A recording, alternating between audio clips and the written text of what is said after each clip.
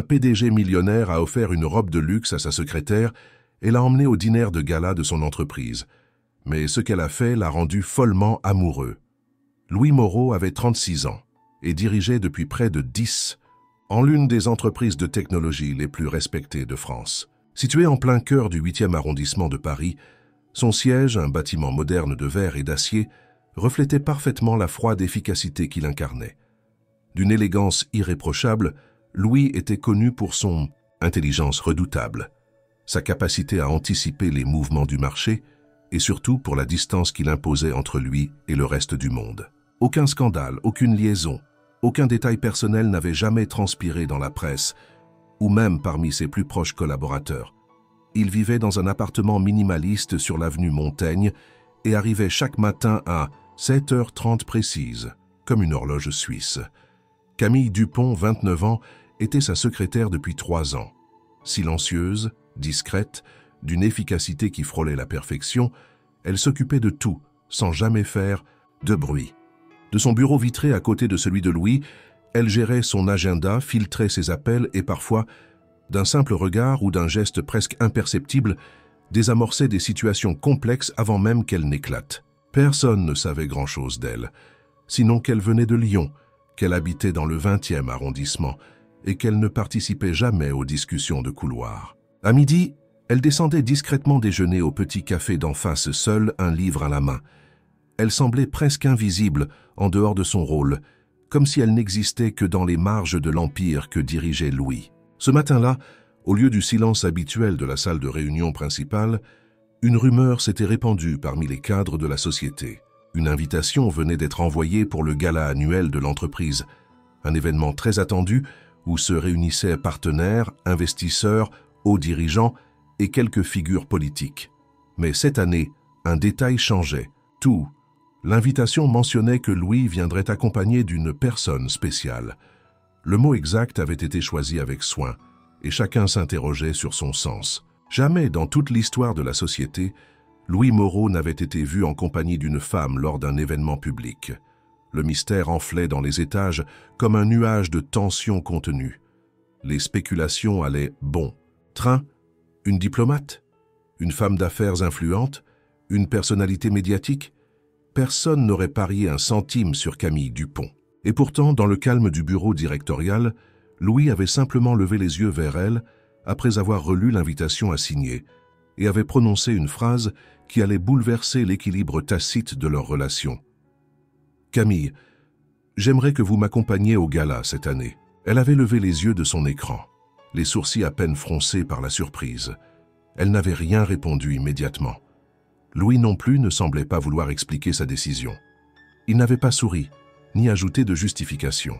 Juste cette phrase, dite avec la neutralité qui le caractérisait, comme s'il s'agissait d'un déplacement logistique. Mais dans son regard, quelque chose avait vacillé, quelque chose d'inédit. Elle acquiesça simplement, avec un hochement de tête mesuré, et retourna à son travail sans poser de questions. Le silence se réinstalla entre eux, mais il n'était plus tout à fait le même. Une faille, infime mais réelle, venait de se créer dans la forteresse de règles et de distances qui régissaient leur quotidien. Le jour passa lentement, chaque tic-tac de l'horloge accentuant l'étrangeté de cette invitation. Louis semblait égal à lui-même, enchaînant les réunions et les appels avec sa rigueur habituelle. Mais ceux qui le connaissaient bien, ils étaient rares, auraient noté une légère distraction dans ses gestes, une attention flottante qu'il n'avait jamais montrée auparavant. Camille, de son côté, gardait un calme apparent. Mais à l'intérieur, 1000 pensées s'entrechoquaient. Pourquoi elle? Pourquoi maintenant? Était-ce un test? Une simple formalité? Elle ne se faisait aucune illusion. Elle n'était ni belle de façon spectaculaire, ni brillante dans les cercles mondains. Elle savait se fondre dans le décor et c'est justement pour cela, pensait-elle, que Louis l'appréciait. Elle ne posait pas de questions. Elle ne cherchait pas à s'imposer. Alors pourquoi briser cette règle? En quittant les bureaux ce soir-là, Paris brillait d'une lumière d'hiver. Le ciel était clair, les réverbères déjà allumés. Elle remonta la rue de Miromesnil, le col de son manteau relevé contre le froid, et sentit pour la première fois que quelque chose, sans qu'elle puisse encore dire quoi, était en train de changer. 3 jours s'étaient écoulés depuis la surprenante invitation. Camille avait repris sa routine sans émettre le moindre signe de trouble ou d'excitation, comme si rien ne s'était passé. Elle répondait aux appels, organisait les dossiers de Louis, rédigeait ses notes de réunion et prenait ses pauses heure fixe avec la régularité d'un métronome. Pourtant, chaque soir, dans le silence de son petit appartement du 20e arrondissement, les questions tournaient en boucle dans son esprit. Elle avait accepté, oui, mais elle ignorait toujours pourquoi elle avait été choisie. Et surtout, ce que Louis attendait réellement d'elle ce soir-là. Le vendredi matin, alors qu'elle quittait l'immeuble à l'aube pour prendre le métro, elle remarqua un petit mot dans sa boîte aux lettres. Livraison à domicile prévue entre 9h et 10h du matin. Elle fronça les sourcils. Elle n'attendait rien. Ni colis, ni course, ni courrier particulier. Intriguée, elle décida de revenir chez elle pendant sa pause du milieu de matinée. À 9h30 précise, une berline noire s'arrêta devant son immeuble. Un livreur en uniforme sobre en descendit, portant un grand coffret rectangulaire d'un blanc immaculé, marqué du logo Dior en lettres argentées. Camille le regarda, interdite. « Mademoiselle Dupont ?» dit-il poliment. Elle acquiesça en silence, signa le reçu, puis referma la porte derrière elle. Le coffret était plus léger qu'elle ne l'avait imaginé. Elle le posa sur sa petite table de salle à manger, hésita un instant puis souleva le couvercle. À l'intérieur, enveloppé dans un papier de soie crème, reposait un somptueux vêtement. Une robe de haute couture, bleu nuit, d'une élégance rare. Le tissu semblait respirer à la lumière du matin. Les coutures fines, les broderies délicates, tout indiquait une pièce conçue sur mesure. Au fond du coffret, un petit carton plié en deux. Elle l'ouvrit avec précaution. « J'espère que vous accepterez de m'accompagner comme invité. Ce sera un honneur. » Louis. Elle resta figée un long moment. Il n'y avait pas de formules emphatiques, pas de flatteries inutiles. Juste une phrase presque impersonnelle et pourtant étonnamment délicate dans sa retenue. Ce n'était pas un ordre, ce n'était même pas une confirmation. C'était une demande. Tout l'après-midi, Camille travailla comme à son habitude, mais l'atmosphère au bureau semblait différente. Les regards, plus insistants. Les chuchotements, plus présents. Quelqu'un avait vu la voiture de luxe, quelqu'un d'autre avait reconnu l'emballage Dior. En quelques heures, la nouvelle avait circulé même si personne n'osait aborder Camille directement. Louis, quant à lui, ne fit aucune allusion au cadeau ni à l'événement à venir. Il la traita exactement comme d'habitude, avec distance, clarté et cette étrange neutralité qui le définissait. Le soir venu, Camille rentra chez elle, la robe soigneusement rangée dans son étui. Elle la sortit à nouveau, la suspendit à la porte de son armoire et la contempla longtemps. Elle ne se souvenait pas de la dernière fois qu'elle avait porté une robe. Encore moins une robe qui coûtait probablement plusieurs milliers d'euros. Elle n'avait pas les chaussures adéquates, ni les bijoux, ni même l'assurance pour évoluer dans un univers de gala. Mais quelque chose en elle refusa de reculer. Le lendemain, elle passa la journée à marcher dans les rues du Marais, cherchant une paire d'escarpins discrets, une pochette assortie. Elle refusa les conseils, trop pressants des vendeuses, optant pour des pièces simples, classiques. Elle n'aimait pas les effets de mode ni les artifices. Le soir, chez elle, elle se coiffa elle-même, releva ses cheveux en un chignon bas et naturel, se maquilla légèrement et essaya la robe devant le miroir de son couloir. Le reflet qui lui fit face n'était pas celui qu'elle connaissait. Ce n'était pas seulement une question d'apparence. Il y avait dans ses yeux une lueur nouvelle, un mélange d'appréhension et de détermination. Camille ne savait toujours pas ce que Louis attendait exactement de cette soirée, mais elle comprenait une chose. Elle n'irait pas en représentante, ni en décoration, ni pour remplir un rôle qu'on aurait écrit pour elle. Elle irait comme elle était, avec ses silences, ses convictions, et cette part d'elle-même qu'aucune robe, fût-elle de haute couture, ne pouvait dissimuler. Et quelque part, au fond d'elle, une petite voix murmurait que peut-être c'était justement pour cela qu'il l'avait choisie. La nuit du gala arriva, enveloppée d'un froid sec et d'un ciel clair typique de l'hiver parisien. Les rues autour de l'Opéra Garnier étaient animées par le va-et-vient de voitures aux vitres teintées, de flashs de photographes et de silhouettes élégantes se dirigeant vers l'entrée principale. L'édifice, majestueux, brillait sous les projecteurs, chaque détail architectural accentué par un éclairage savamment dosé. Les invités, triés sur le volet, étaient tous là, Dirigeants, mécènes, journalistes spécialisés et une poignée de personnalités politiques. L'événement, organisé par Morrow Technologies, était attendu depuis des semaines comme le point culminant de l'année économique. Camille arriva seule, à pied, quelques minutes avant l'heure annoncée. Elle avait pris le métro jusqu'à la station Opéra, marchant lentement le long de l'avenue de l'Opéra, enveloppée dans un manteau sombre. Devant les marches du palais, elle s'arrêta un instant comme pour rassembler son souffle. Puis, d'un pas assuré, elle monta les marches, le regard droit, ignorant les regards qui se tournaient déjà vers elle. L'agent d'accueil lut son nom sur la liste, s'inclina légèrement et la laissa entrer. Dans le grand foyer, baigné de lumière dorée, les conversations étaient feutrées, les rires discrets, les verres de champagne déjà à moitié pleins. Camille ôta son manteau et le confia à une hôtesse. La robe bleu nuit qu'elle portait semblait avoir été faite pour elle. Elle ne brillait pas. Elle captait la lumière avec une sobriété qui attirait l'œil sans l'agresser. Ses cheveux relevés, son port de tête digne, son absence d'ornement criard. Tout chez elle évoquait une élégance naturelle, sans calcul, et soudain, dans la foule, Louis apparut. Il portait un smoking classique, parfaitement taillé. Aucune extravagance, juste la perfection discrète du goût sûr. Lorsqu'il vit Camille, ses pas ralentirent. Une fraction de seconde, son visage habituellement impassible se fissura. Ce n'était pas de la surprise ni de l'admiration pure. C'était une forme d'étonnement intérieur, comme si quelque chose qu'il croyait connaître venait de se révéler sous une lumière nouvelle. Il s'approcha sans un mot, lui tendit la main. Elle la prit. Ensemble, ils entrèrent dans la grande salle, et tous les regards se tournèrent vers eux. Des murmures naquirent, étouffés. Personne ne comprenait. Camille Dupont, la secrétaire, aux côtés de Louis Morrow. L'incongruité de la scène fascinait, mais Camille, loin de jouer un rôle, restait elle-même. Elle ne cherchait pas à séduire, ni à se faire remarquer. Elle souriait doucement, répondait avec simplicité aux salutations, et surtout gardait envers Louis la même attitude qu'au bureau. Une distance respectueuse, teintée d'une familiarité presque professionnelle. Au dîner, ils furent placés à la table centrale, entourés de partenaires stratégiques. Les conversations étaient remplies de chiffres, de prévisions, de projets internationaux.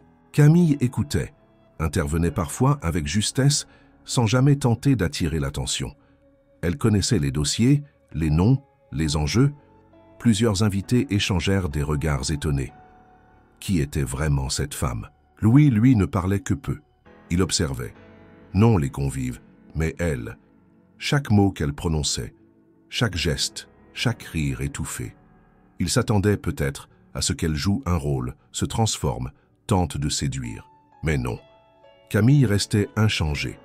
Elle ne le flattait pas, ne profitait pas de l'attention, et cette constance, cette absence totale de calcul, commençait à l'ébranler.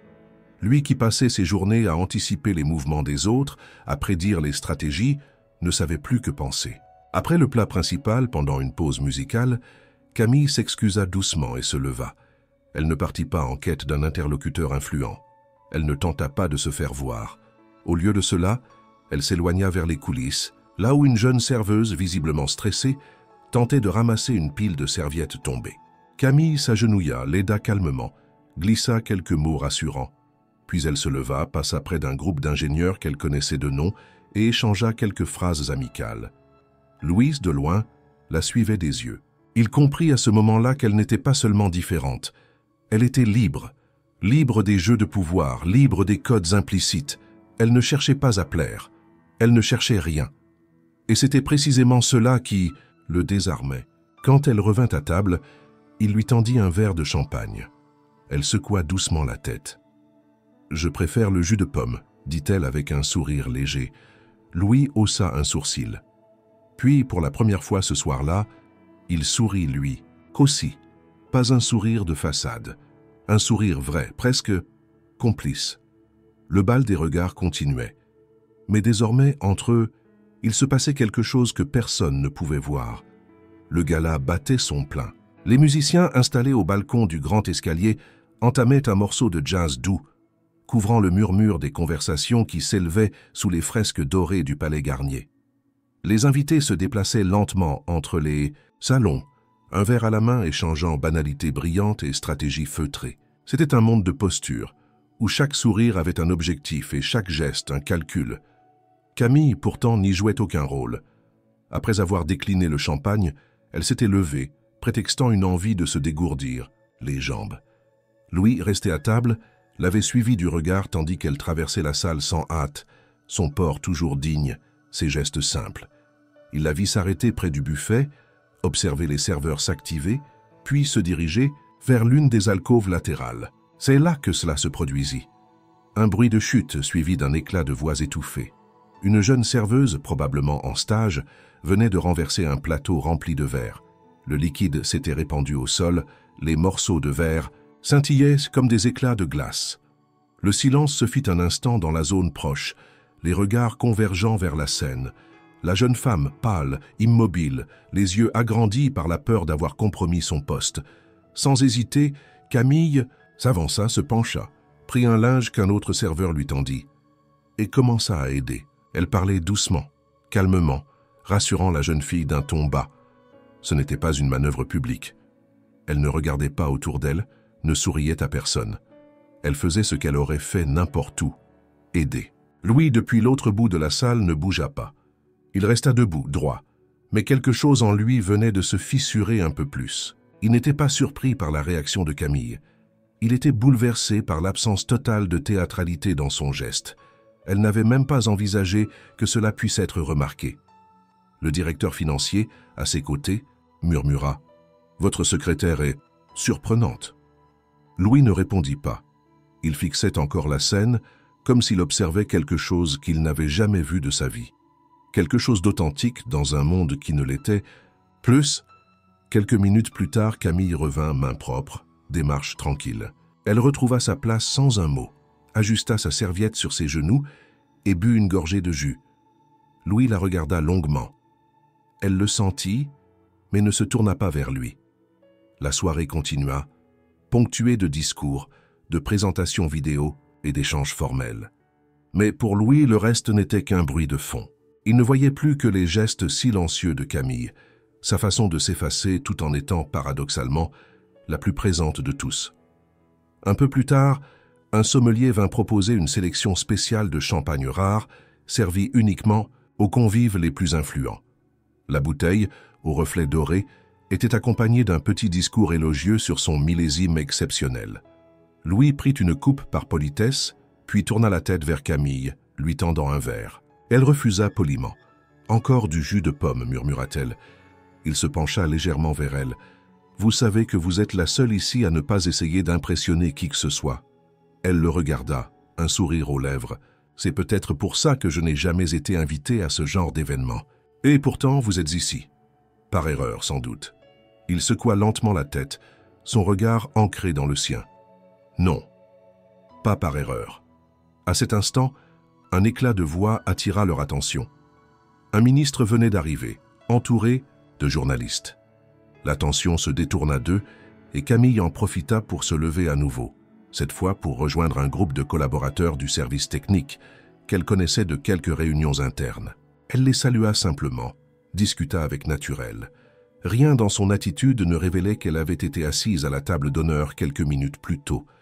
Louis, resté seul, comprit soudain ce qu'il ressentait, un mélange de trouble, d'admiration et d'impatience. Il n'avait jamais rencontré quelqu'un comme elle, et ce n'était pas seulement parce qu'elle ne jouait pas le jeu, c'était parce qu'elle n'en avait jamais eu besoin. Il n'y avait pas eu de faux pas dans sa soirée, mais dans cet univers de perfection calculée, ne pas suivre les règles était en soi un acte radical. Et Louis Moreau, pour la première fois, se découvrait fasciné non par ce qu'elle montrait, mais par tout ce qu'elle refusait de montrer. Minuit approchait quand Louis Moreau fut invité à monter sur scène pour son discours de clôture. Le maître de cérémonie l'annonça avec la solennité habituelle, et un tonnerre d'applaudissements accompagna son ascension des marches vers le podium placé au centre du grand foyer. Les lumières s'adaptèrent, la salle s'apaisa, les conversations cessèrent. Tous les regards se tournèrent vers lui, comme à chaque année, attendant les mots maîtrisés du stratège, le ton inspirant du leader visionnaire. Louis marcha, calmement, mais en approchant du micro, il porta instinctivement la main à la poche intérieure de sa veste. Son visage se figea. Le papier, la petite feuille où il avait griffonné les points essentiels de son allocution, n'y était pas.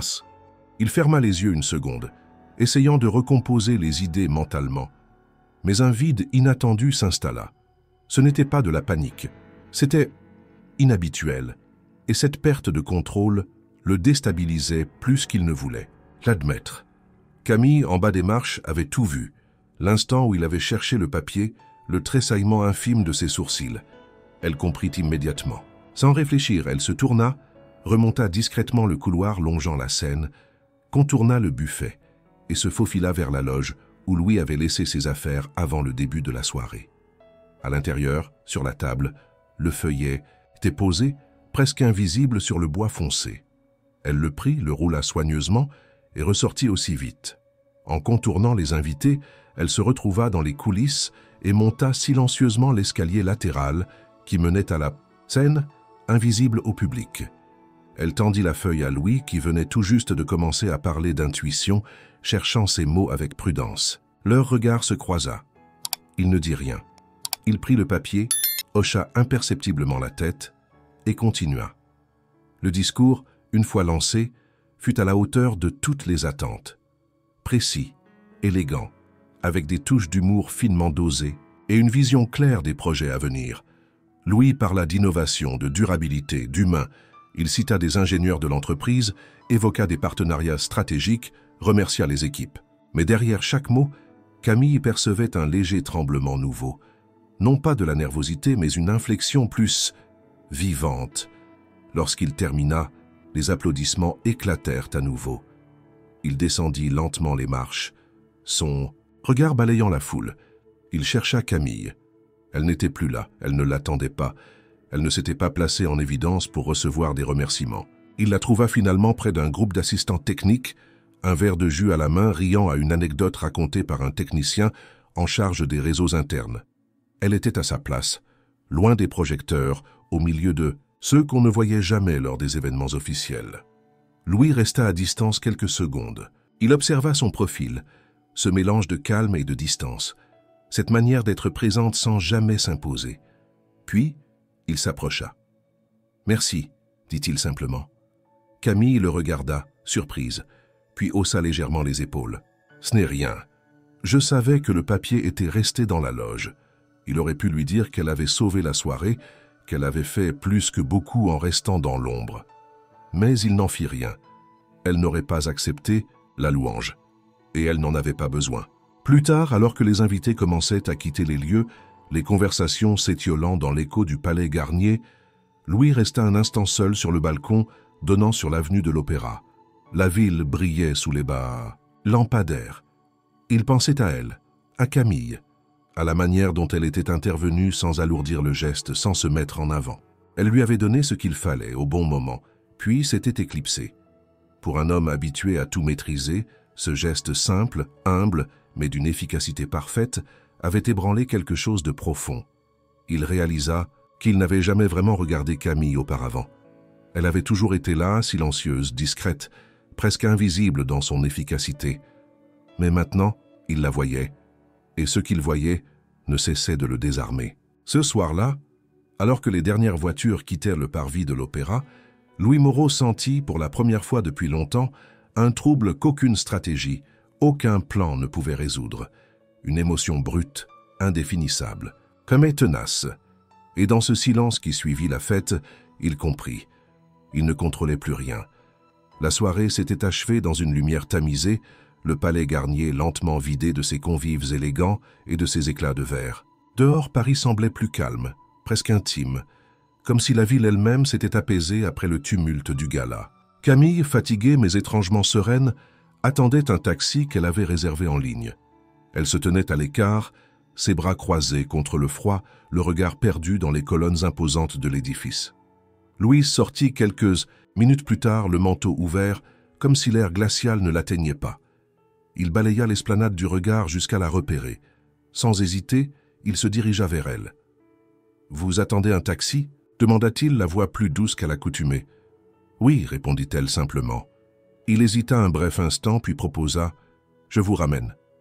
Elle le regarda, intriguée. Ce n'était pas une question d'étiquette, ni une obligation sociale. Il avait déjà salué les invités, terminé ses obligations. S'il était là, c'était par choix. Après un silence bref, elle hocha la tête. Il lui ouvrit la portière de sa voiture, une berline sobre mais luxueuse, et s'installa à ses côtés sans un mot. La voiture démarra, filant doucement, dans les rues de Paris. Louis ne demanda pas immédiatement son adresse. Au lieu de cela, alors qu'il passait près de la place Vendôme, il déclara « Je connais une pâtisserie ouverte toute la nuit. Une vraie, pas un lieu à touristes. Ils font un chocolat chaud qu'on ne trouve nulle part ailleurs. » Camille tourna lentement la tête vers lui. « Vous me proposez de boire un chocolat chaud à 1h du matin ?» Il haussa les épaules, un demi-sourire aux lèvres. « Je propose, vous disposez. » Elle l'observa encore quelques secondes, puis acquiesça d'un hochement de tête. Il donna l'adresse au chauffeur, et quelques minutes plus tard, la voiture s'arrêtait devant, une devanture discrète du 11e arrondissement. Une lumière jaune filtrait à travers les vitres, révélant un intérieur petit mais chaleureux, avec des banquettes de velours rouge et des étagères remplies de pâtisseries artisanales. À l'intérieur, ils s'assirent près de la fenêtre, en silence. Une serveuse les salua sans les reconnaître, leur apporta 2 tasses fumantes accompagnées de madeleines tièdes. Camille souffla sur son chocolat puis dit « C'est la première fois que je bois un chocolat chaud avec un PDG à cette heure-ci. Et moi, c'est la première fois que je bois un chocolat chaud avec quelqu'un qui refuse le champagne. » Dans un gala de luxe. Ils échangèrent un regard puis un éclat de rire sincère s'échappa d'elle. Pas un rire forcé, ni social. Un rire pur, simple, presque enfantin. Louis la regarda longuement, fasciné. Il n'y avait aucune prétention chez elle. Elle parlait de son enfance à Lyon, des étés passés chez sa grand-mère, des nuits passées à lire sous les draps à la lampe de poche.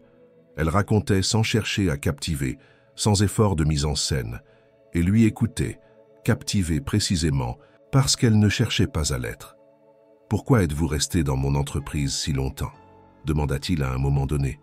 Elle le regarda surprise. « Parce que j'aimais ce que je faisais, et parce que j'avais besoin de stabilité. » Il ne la pressa pas, mais elle ajouta, après un temps, « Ma grand-mère était malade. Je ne pouvais pas la laisser seule. J'avais besoin d'un travail fixe, sans déplacement. Vous m'avez offert ça, même sans le savoir. » Louis se tut. Il n'avait jamais su, jamais demandé. Et pourtant, cette femme avait organisé sa vie entière avec une discipline presque militaire, non pour elle-même, mais pour quelqu'un d'autre. Ils restèrent là encore un long moment, à parler de tout sauf de travail, de livres, de musique, de la pluie à Paris, des stations de métro qu'ils aimaient le moins. Quand enfin ils quittèrent la pâtisserie, le ciel commençait à pâlir légèrement, signalant l'approche de l'aube. Dans la voiture, en silence, Camille regardait la ville défiler. Louis, lui, la regardait discrètement. Il ne savait pas ce que cette soirée représentait, mais il savait une chose, il n'avait jamais ressenti cela avec personne. Et ce n'était pas de l'attirance fugace ou de la curiosité. C'était une paix étrange, un sentiment de vérité rare. Quand ils arrivèrent devant chez elle, il ne fit aucun geste inapproprié, ne tenta rien. Il se contenta de la regarder descendre, de la voir se tourner vers lui une dernière fois. « Merci pour le chocolat, » dit-elle. « Merci d'être venu, » répondit-il. Elle referma la portière, et il resta là quelques secondes, les yeux posés sur la façade grise de l'immeuble. Puis il souffla longuement, et pour la première fois depuis longtemps, sourit sans raison. Le lundi matin s'annonçait comme tous les autres. Ciel gris sur Paris, circulation dense sur le périphérique, et les bureaux de Moreau Technologies s'éveillant lentement au rythme des pas sur le carrelage et des machines à café. Dans le 8e étage, celui de la direction, rien ne semblait avoir changé. Les assistants déposaient les dossiers, les managers échangeaient des formules de politesse, et les horloges marquaient inlassablement les minutes. Camille Dupont arriva à 8 heures précises, comme à son habitude.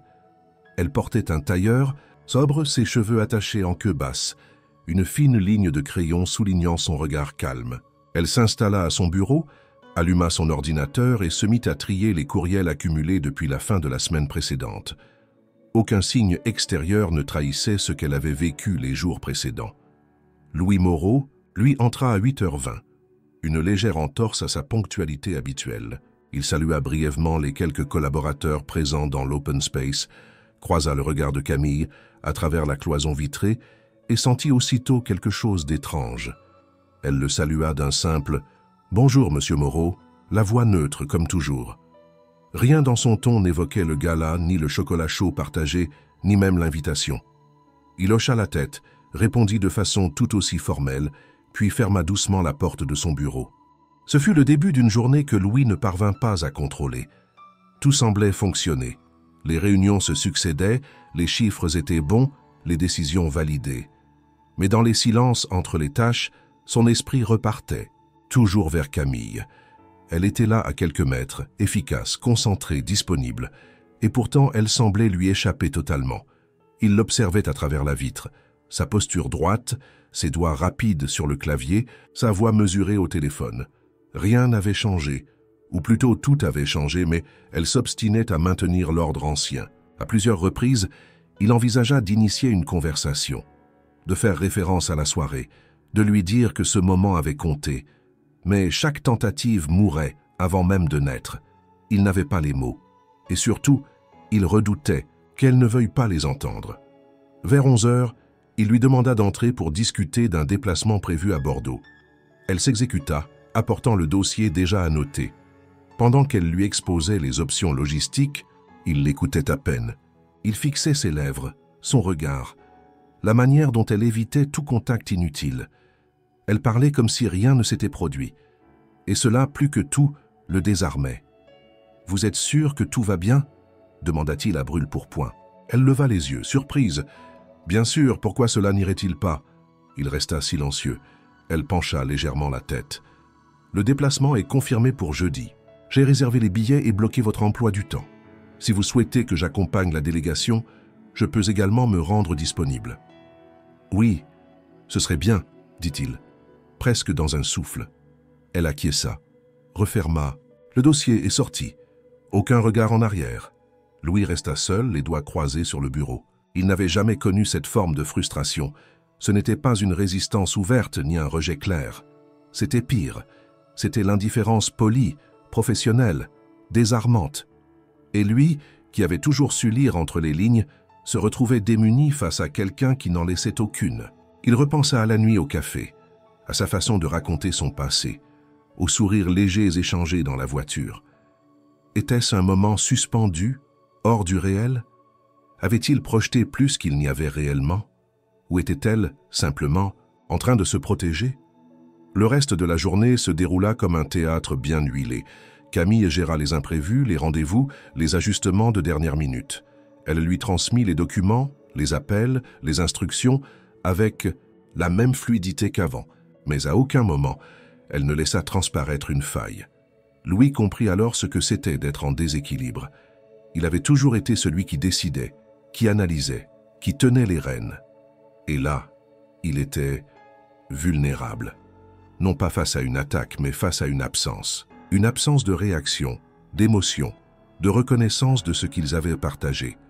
En quittant le bureau ce soir-là, Camille le salua d'un simple « Bonne soirée, monsieur Moreau », sans inflexion particulière. Il répondit mécaniquement. Et quand elle disparut dans l'ascenseur, il resta debout un moment dans le couloir, seul, les mains dans les poches, le regard perdu dans la nuit tombante. Ce soir-là, dans son appartement silencieux, il s'assit au bord de son lit, toujours vêtu de son costume. Il pensa à elle, à sa retenue, à sa constance. Et pour la première fois, il ne savait pas quoi faire, car ce qu'il désirait, il ne pouvait ni l'acheter, ni le négocier, ni l'ordonner. Il voulait être vu, non comme PDG, mais comme homme, et c'était précisément cela que Camille refusait de lui offrir. Le jeudi matin, un léger brouillard couvrait la gare Montparnasse, tandis que les voyageurs se pressaient sur les quais, roulant leurs valises dans un concert de pas pressés et de conversations étouffées. Louis et Camille arrivèrent séparément, à l'heure précise, chacun portant un sac de voyage discret.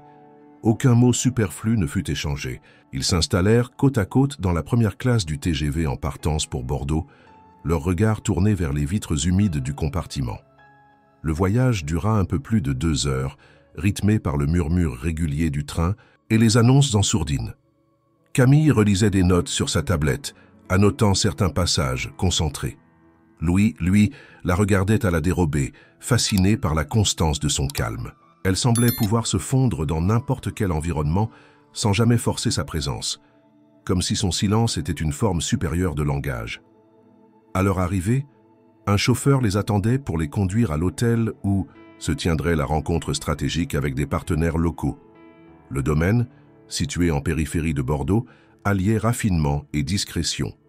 Une bâtisse en pierre claire, des vignes à perte de vue et un personnel formé à l'excellence. Une réunion devait avoir lieu en début d'après-midi avec des responsables régionaux, suivi d'un dîner informel en comité restreint. La réunion se déroula sans accroc. Louis, comme toujours, dirigeait avec fermeté et clarté. Mais ce fut Camille qui attira l'attention, presque par accident. Lors d'un échange sur les enjeux sociaux du développement technologique dans la région, elle intervint pour poser une question simple, mais incisive. Son ton était respectueux, mais direct. Les interlocuteurs, surpris d'abord, réagirent avec enthousiasme. Elle relança plusieurs points, appuya certaines propositions avec des exemples concrets. Elle parlait avec l'assurance de quelqu'un qui comprenait non seulement les chiffres, mais les gens. Après la réunion, Louis la regarda d'un air nouveau. Il s'était attendu à une participation discrète, presque décorative. Mais Camille avait joué un rôle actif et son impact avait été immédiat. Il ressentit une fierté étrange, inattendue. Elle n'était pas seulement efficace, elle était pertinente. Et il réalisait qu'il avait sous-estimé l'étendue de ses compétences, justement parce qu'elle n'avait jamais cherché à les afficher. Le dîner eut lieu dans la salle à manger d'un petit restaurant gastronomique, tout en bois et lumière douce. Autour de la table, les discussions allaient bon train. Camille, encore une fois, se montra d'une simplicité désarmante. Elle riait avec naturel, posait des questions sincères, écoutait avec attention. Les partenaires locaux séduits se confiaient à elle sans retenue, évoquant leurs projets, leurs craintes, leurs espoirs.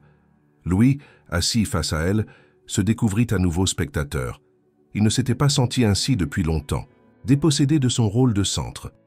Ce n'était pas lui qu'on regardait, c'était elle.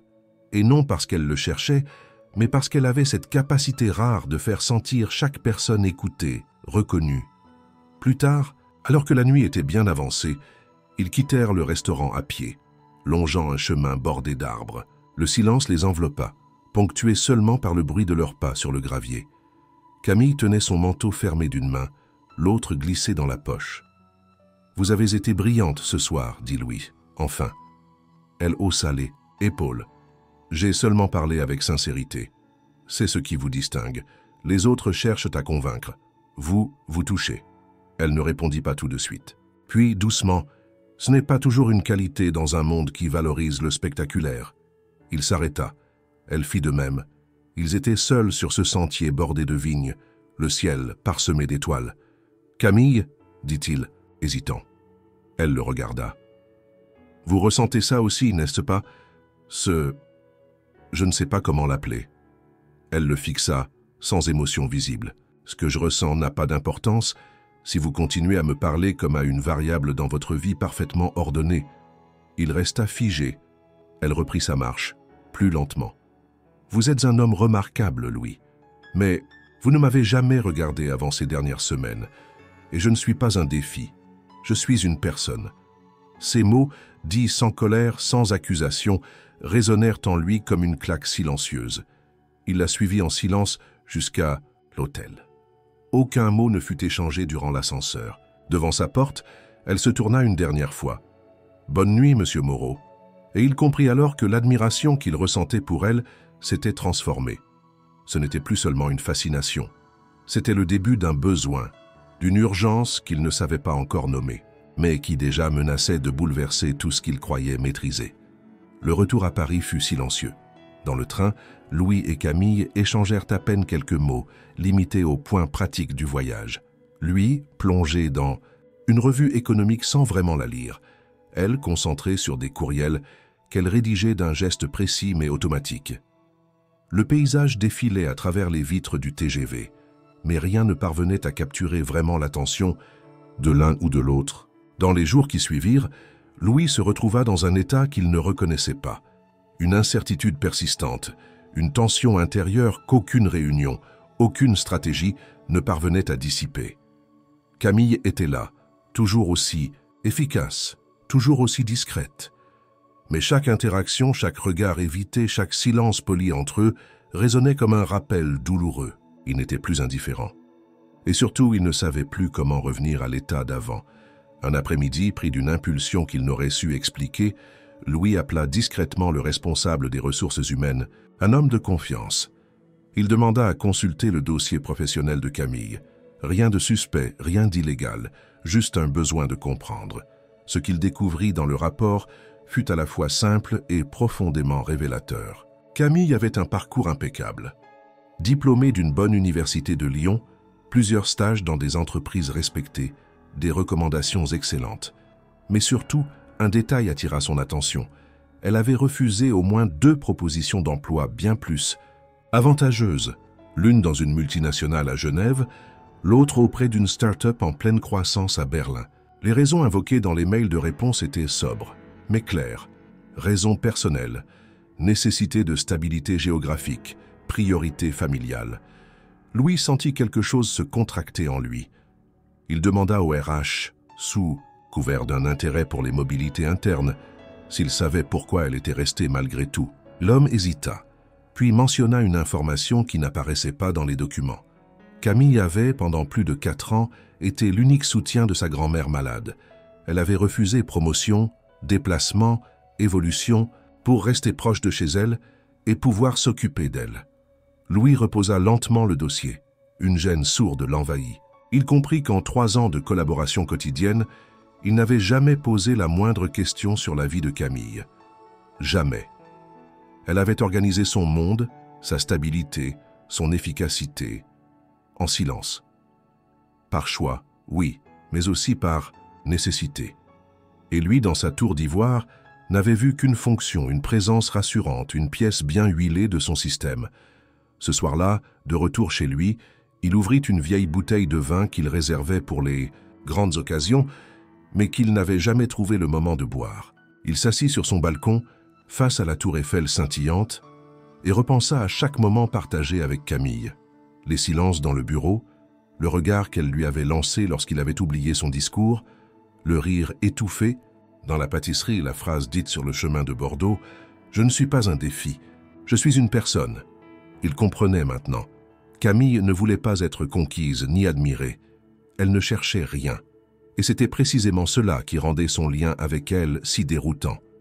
Elle vivait selon ses propres termes, dans une fidélité tranquille à ses choix et à ses valeurs. Elle n'avait jamais fait de bruit, jamais revendiqué, jamais accusé. Elle existait simplement, avec une intégrité rare.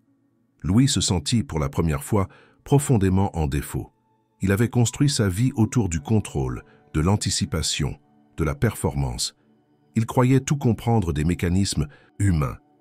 Mais Camille lui échappait, non par malice mais par profondeur. Et ce qu'il avait confondu avec de la distance n'était que la manifestation d'une vie vécue avec sens. Dans les jours suivants, il tenta à plusieurs reprises de créer un pont, de rouvrir un dialogue plus personnel. Mais Camille restait polie, distante sans être froide. Elle ne refusait pas mais ne s'ouvrait plus non plus. Elle faisait son travail, parfaitement, comme toujours, et cela le hantait. Car maintenant, il savait ce qu'il avait ignoré trop longtemps, et il craignait que ce savoir ne lui soit arrivé trop tard. Les semaines suivantes furent marquées par un enchaînement de réunions cruciales pour Morrow Technologies, un cycle de négociations avec des investisseurs internationaux, la préparation d'un nouveau produit et la refonte partielle de la structure administrative plaçaient Louis Morrow sous une pression rare.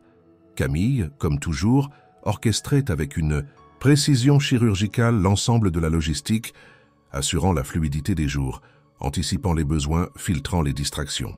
Mais sous cette apparente stabilité, une tension sourde ne cessait de croître. Elle ne venait pas des chiffres, ni des délais. Elle se concentrait autour d'un non-dit, d'un fil tendu entre 2 personnes qui se croisaient chaque jour sans jamais réellement se retrouver. Ce fut lors d'une réunion avec le comité des actionnaires que le point de rupture survint. La salle de conférence, vaste et vitrée, accueillait une dizaine de dirigeants. Autour de la table, les présentations défilaient sur l'écran. Murales, rythmé par les interventions de Louis toujours aussi structurées, incisifs. Camille, assise au fond de la salle, prenait des notes sur sa tablette, discrète comme toujours. Elle n'avait pas besoin d'être au centre, sa seule présence suffisait à garantir que rien n'échappait à l'ordre du jour. Alors que l'un des actionnaires, M. Lemoine, homme influent du secteur financier, exposait une série de propositions de réduction de coûts, il glissa presque négligemment. Et si nous concentrions les ressources sur les profils à haute valeur ajoutée? Je pense notamment que le staff administratif pourrait être allégé. On garde les meilleurs, évidemment. Mais une secrétaire, aussi charmante et loyale soit-elle, n'est pas indispensable à ce niveau de croissance. Un silence glacé s'abattit. Camille ne bougea pas. Louis lui posa lentement son stylo. « Pardon, Lemoine, vous pourriez répéter cela ?» Le ton était calme, presque trop. Lemoine, sentant qu'il avait été entendu plus clairement qu'il ne l'aurait voulu, tenta de désamorcer. « Je disais simplement qu'il faut rationaliser les postes périphériques. Je ne visais personne en particulier, bien sûr. Vous avez nommé une fonction, et vous avez visé une personne. Ne jouez pas sur les mots. » Les regards se tournèrent vers Louis, stupéfait. Il continua la voix ferme. « Si vous pensez qu'une secrétaire comme Camille Dupont est un poste périphérique, alors vous n'avez absolument rien compris à la manière dont cette entreprise fonctionne. » Lemoine tenta de répliquer, mais Louis leva une main. « C'est grâce à des personnes comme elle que nous tenons le cap. Elle anticipe ce que vous ne voyez pas. Elle prévient ce que vous appelez des accidents. Elle incarne une rigueur que bien peu ici sont capables de maintenir. » Un silence épais suivit. Aucun murmure, aucune objection. Louis termina. « Nous parlons d'avenir. Moi, je choisis un avenir avec des gens solides, pas seulement brillants sur le papier. » Camille, toujours assise au fond, avait levé les yeux vers lui. Pas de surprise dans son regard, pas de reconnaissance non plus. Elle écoutait simplement. Et quand la réunion se termina, elle rangea ses affaires, quitta la salle et retourna à son bureau. Louis, lui, se sentait agité. Ce qu'il avait dit n'était pas prémédité. C'était sorti d'un élan, d'un agacement profond, mais aussi d'un besoin de vérité. Il croyait l'avoir défendu. Il croyait avoir corrigé une injustice. Mais ce fut Camille qui vint à lui quelques heures plus tard et changea le sens de cette journée. Elle entra dans son bureau, referma doucement la porte et le regarda en silence. « Je n'ai pas besoin d'un chevalier blanc, Louis. » Il se leva déstabilisé. « Je ne pouvais pas laisser passer ça. Je sais, et je comprends. Mais ce que vous avez fait, ce n'était pas pour moi. C'était pour vous. » Il resta silencieux. Elle s'approcha pas à pas, sans agressivité. « Ce que vous ressentez, ce que vous essayez de dire entre les lignes ne m'échappe pas. Mais je ne suis pas un symbole, ni une cause. Et je ne veux pas qu'on parle de moi comme d'un exemple devant une salle pleine d'hommes qui ne m'ont jamais vu. Je voulais simplement que quoi? Montrer que je compte, que je ne suis pas invisible? Je le sais déjà. Je n'ai pas besoin que vous me donniez cette validation devant des actionnaires. » Il baissa les yeux. Elle continua plus douce. « Je vous respecte, Louis, profondément. Mais si vous voulez me connaître, vraiment, ce n'est pas comme ça qu'il faut s'y prendre. » Elle le regarda encore un moment. Puis, calmement, « Je vais rentrer plus tôt aujourd'hui. J'ai besoin de réfléchir. » Et sans lui laisser le temps de répondre, elle sortit. Quand la porte se referma, Louis resta seul au milieu de son bureau. Le silence autour de lui n'était plus professionnel. Il était personnel, intime. Et pour la première fois, il sentit que ce qu'il risquait de perdre allait bien au-delà d'un équilibre de travail. C'était elle. La fin de semaine s'approchait dans un climat étrange. Louis, plus silencieux que jamais, enchaînait les réunions avec un automatisme mécanique.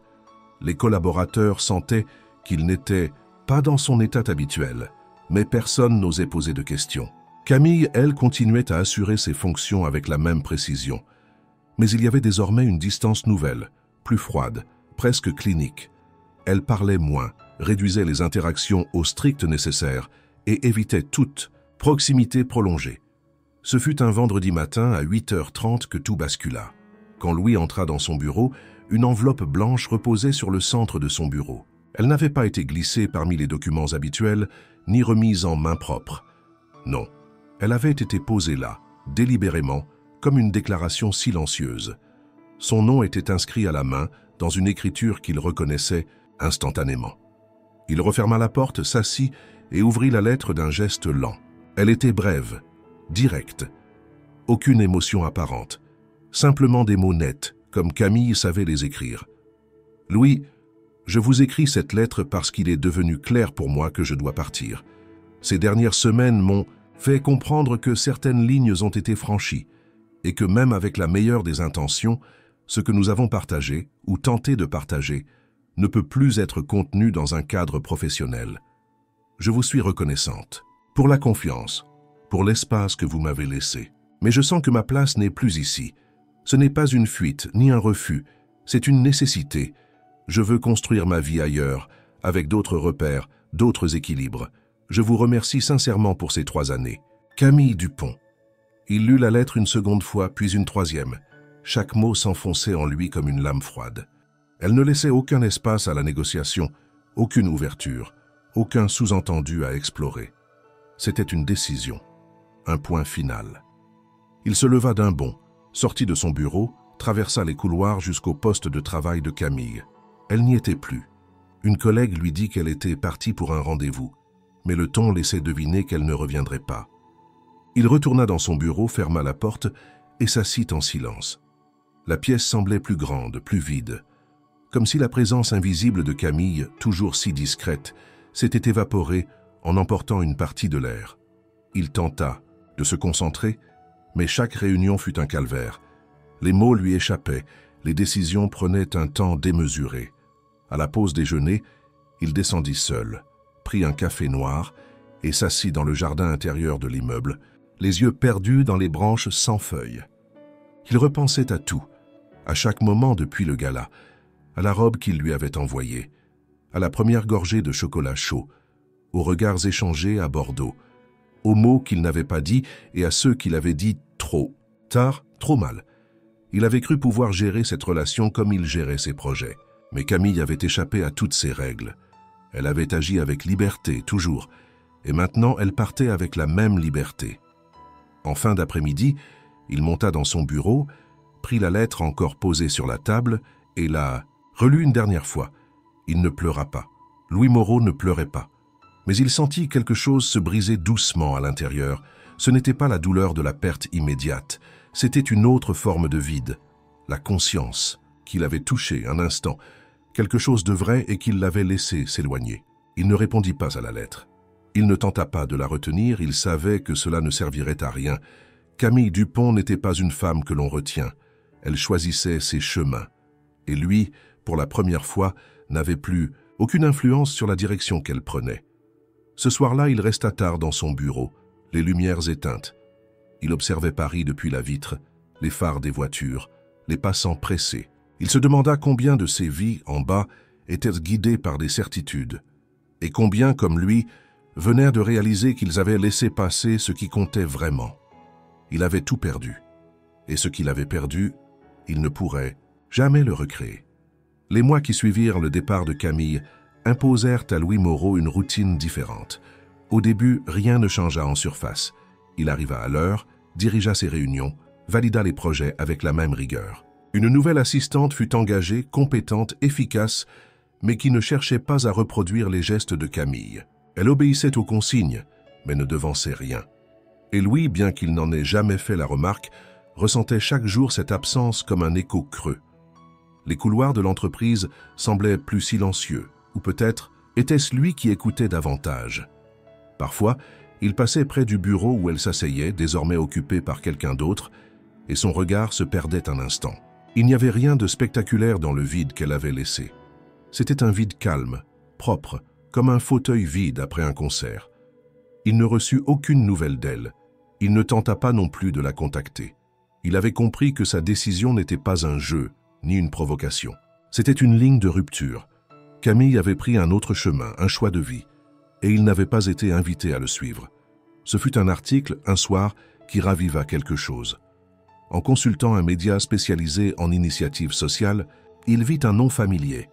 Camille Dupont, ancienne cadre dans le secteur technologique, dirige un nouveau projet d'inclusion culturelle à Marseille.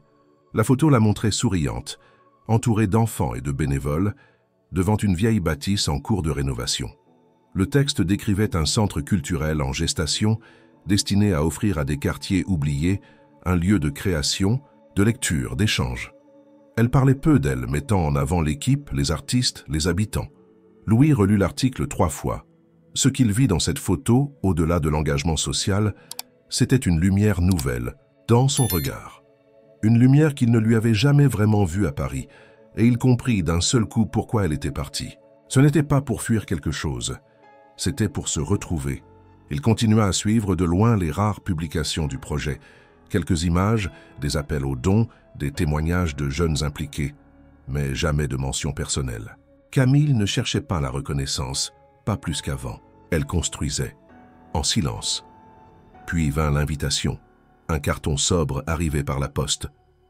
Aucune mention explicite de l'expéditeur, mais il reconnut l'écriture. Inauguration du centre Camille Claudel. Samedi, 14 h. Marseille. Le nom choisi n'était pas le sien, mais le clin d'œil était clair. Camille Claudel, sculptrice de l'ombre, artiste brillante éclipsée par les figures dominantes. Un symbole choisi avec soin. Louis hésita à y aller. Il ne savait pas ce qu'elle penserait de sa présence, s'il serait bienvenu, s'il serait invisible. Mais quelque chose en lui l'empêchait de rester à Paris. Il prit un train le samedi matin, descendit à Marseille sous un ciel lumineux et sec. Les rues du quartier Saint-Mauron, encore marquées par la fatigue urbaine, accueillaient ce jour-là une énergie rare.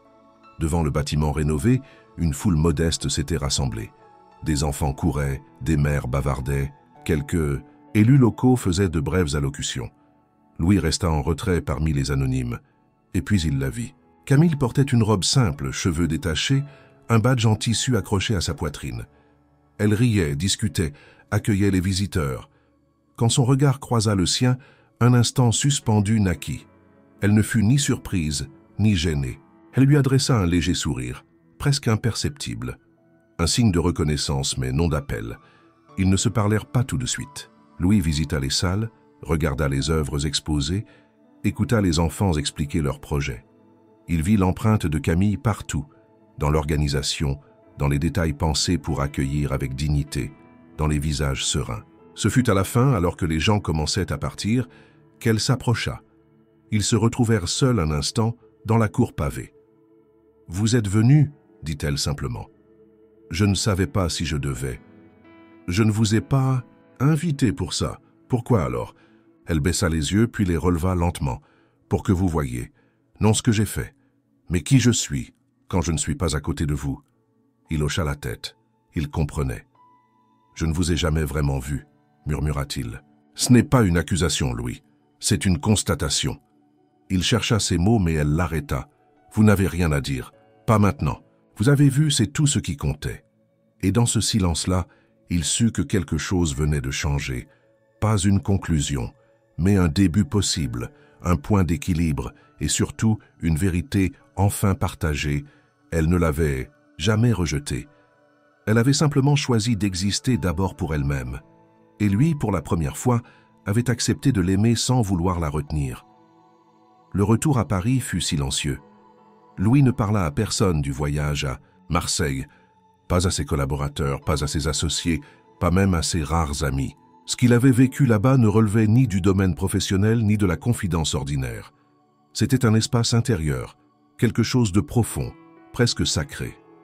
Et surtout, c'était un moment qui ne lui appartenait pas seul. Les jours reprirent leur cours.